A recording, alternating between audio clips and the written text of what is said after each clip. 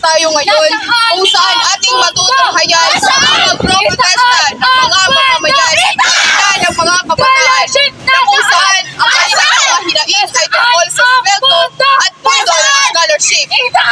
At ngayon, kasama natin si Karen na isang estudyante na naghahangad na mabigyan ng scholarship mula sa kinauukulan. Matagal na po kami naghintay sa aming scholarship, ngunit hanggang ngayon wala pa rin ilalabas na pondo para dito. Maraming salamat. Ang mga isyong ito ay masasagot lamang ng nakaupong alkalde. Hayaan na lang ba nating hindi marinig ang ating boses at lalo na ang ating mga hilaing ng ating mga kabataan at lalo na ng ating mga kababayan. Kaya ngayon, hinahangad namin na mabigyan ito ng solusyon at sagot at atensyon ng nakaupong alkalde. Ako, si Julie May E. Palalon mula sa bulwagan ng Pagkalitaan. Nagbabagang salita sa oras na ito. May mga daang milyon pondo para sa scholarship. Ang kabataan nasaan? Ang mga kabataan ng Jodo Monte ay nagmamahal ng bigyan ng scholarship na ikinimako ng nakaupong alkalde. Ang mga papeles na pinakailangan nilang isa ay ang mga solusyo. Birth certificate, wallet ID, certificate of enrollment at nakakapagawin qualification card. Itong ikaan ng studio ay naitalang nasa libreng kabataan na sa aming mga papeles at sila ay inaasahang makatanggap ng scholarship. Subalit, hindi pa sa isang buwan ay hindi pa rin sila nakatanggap ng update mula sa pinakauukulan. Sa kabilang kampo, nalalapit na ang pasukan ng mga kabataan kung saan ito'y naka-schedule ngayong ikalabing-dalawa ng Hulyo. Ngayon, tanong ng mga kabataan, nasaan na ang pinakauukulan? Mga nilay na sagot ito na nakapong alkalde. Mula sa Balwagang Balitaan, Julie A. Palalon ng Nagbabagang balita sa araw ngayon. Usang-usama kayo sa Hospital del Monte at sa alkalde ng may kalagulong. May mga balita at isyu tungkol sa kanilang pamilya. Narito ang mga limang nakuha at ebidensya ng pamilya. Maraming natutunan ang mga mamamayan sa lungsod ng Del Monte tungkol sa pamamalaan ng litrato sa social media. Totoo ba ang lalaki sa litrato ay nakalimutan? Magandang umaga. Ako si Junay Serrano, nag-uulat para sa Bulwagang Pambalitaan. Narito ang maikling balita tungkol sa pagkaantala ng sahod para sa JO employee at job order. Napakahirap talaga kung laging delayed ang mga sweldo. May mga bayarin kami at mga pamilya umaasa sa amin. Napakahirap talaga.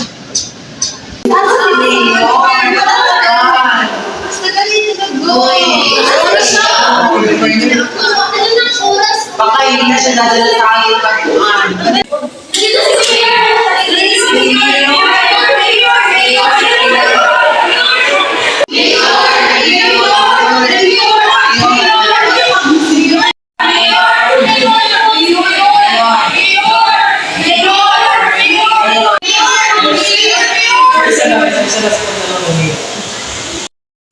Magandang umaga sa inyong lahat.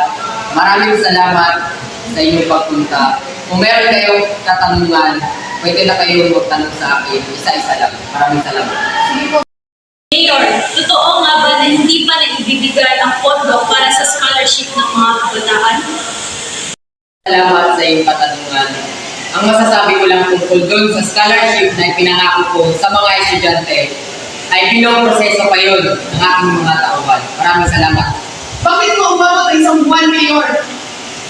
Dahil siguro sa sobrang daming mga estudyante, kaya dinalandahan muna namin. Masisigurado po ba namin na mabibigyan ng scholarship ang mga kabataan? Sinisigurado kong mabibigyan lahat. Bibigyan ng sweldo ang mga job orders na mahigit 5 buwan na silang hindi nakakatanggap ng sweldo. Mabuti naman na naitanong mo yun. Maraming salamat. Tungkol dun sa mga job order na hindi pa nabigyan ng sweldo, ang masasabi ko lang, maghintay muna kayo saglit dahil sa sobrang dami nyo, hindi ko kaya na ibigay yun kaagad sa inyo. Pero pangako, ibibigay ko yun sa inyo. Totoo bang pinabayaan mo ang mga empleyado, Mayor? Hindi ko sila pinabayaan.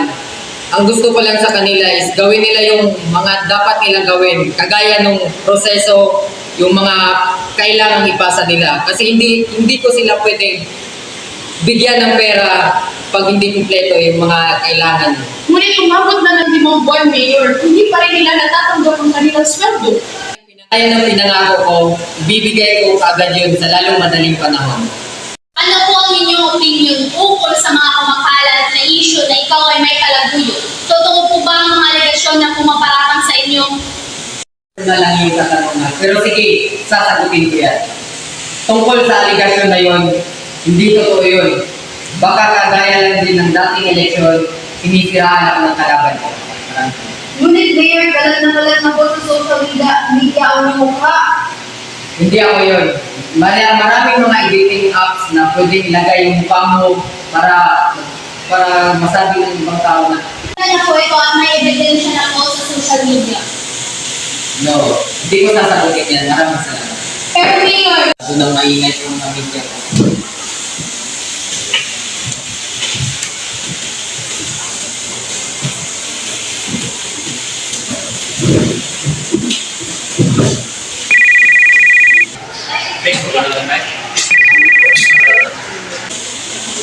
Yan. May papatrabaho ako sa'yo. Hindi ko pupunta dito. Sige po. Bilisan mo lang. At magpapagawa daw si Mayor sa atin. Tara.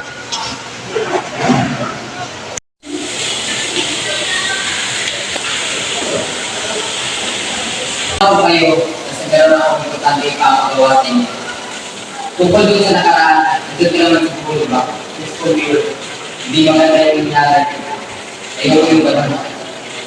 Ano gagawin natin? Ganda. Nandito yung listahan. Natanggil. May kasama din yung pera. Kayo na bahala. Ayaw pa.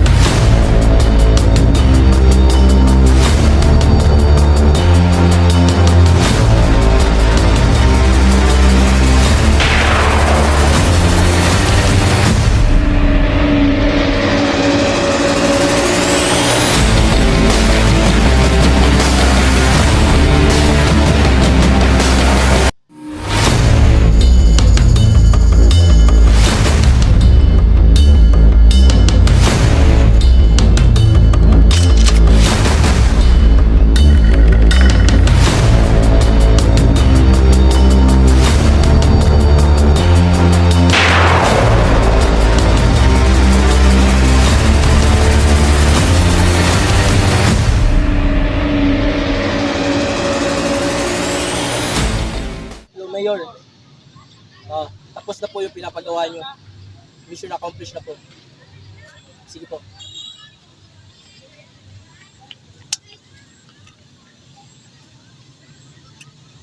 Anumang biktima ng pagpatay sa mga mamamayan sa lungsod ng Del Monte kung saan kilala ang mga biktima na si Julie May Palano, Jean Marie Quintet at Junaya Serrano kung saan walang mabas na pinatay dahil sa pagsiwalat sa mga anomalya ng Del Monte Mayor Junior Rodriguez.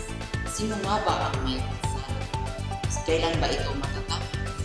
Inaing ng mga mamamayan at ng pamilya ng mga biktima na makamit nila ang naasam-asam na posisyon. tama natin ngayon ang ina ng isang biktima.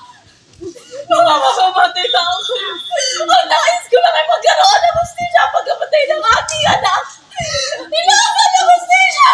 Ang press freedom ay isang mahalagang karapatan ng bawat mamamayan na dapat pangalagaan at ipagtanggol.